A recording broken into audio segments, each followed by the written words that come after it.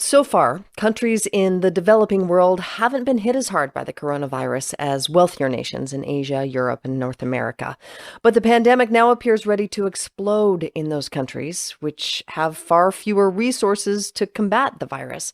NPR national security correspondent Greg Myrie has been studying the global trends, and he joins us now. Good morning, Greg. Hey, Rachel.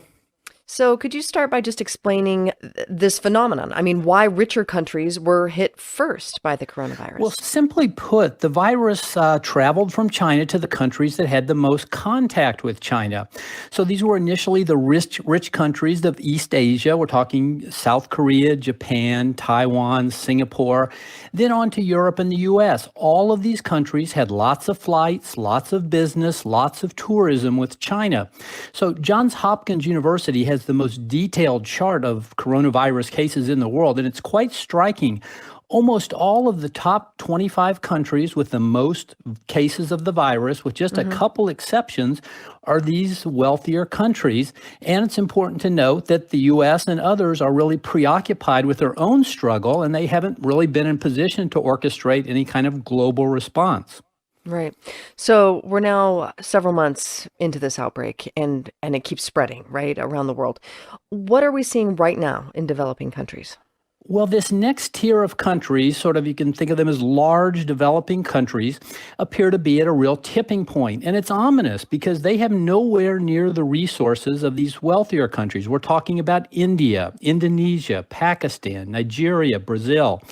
Relatively low numbers so far in these countries, maybe from a few thousand to just a few hundred, but it's starting to accelerate. A lot of them are getting their biggest daily counts ever. And so I spoke about this with Mira Rapp Hooper, who's at the Council on Foreign Relations. There are a lot of other countries at lower income levels that already have significant coronavirus outbreaks. They are very likely going undetected or underdetected while the pandemic continues to spread in those countries.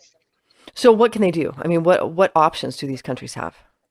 Well, they're starting late and their options are limited. Let's look at India with 1.3 billion people, second most populous country in the world. Prime Minister Modi imposed a 21-day lockdown last week. And within days, he went on nationwide radio and he asked forgiveness for the extreme hardship this was imposing.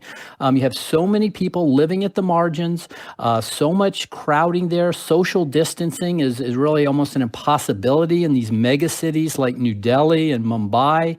And these measures used in rich countries may not be realistic in poor countries. And so I called Jennifer Nuzzo, who's at Johns Hopkins University. It's one thing for us here in the United States to sit at home and telework for, weeks or months, but it's another thing to ask people in countries where their sole income may be from going out into the streets and selling things, to tell them to stay home for weeks and months and potentially not earn an income to feed their families.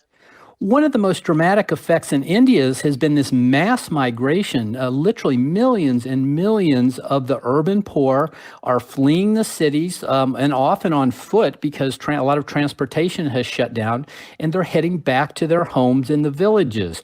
And clearly this can spread the virus on these trips and is not something that the government wanted or intended. Right. So is anyone daring to make a prognosis for these developing countries right now? Well, it's really tough. There's no obvious, easy solutions. Jennifer Nuzzo at Johns Hopkins did cite a potential silver lining. She was part of a global study published last October on how countries were prepared for pandemics. It didn't entirely follow income levels. One good example was Nigeria, which did much better than expected during the Ebola outbreak in 2014. Its health system functioned, and it came in much better than predictions. All right. NPR's Greg Myrie for us. Thank you, Greg. My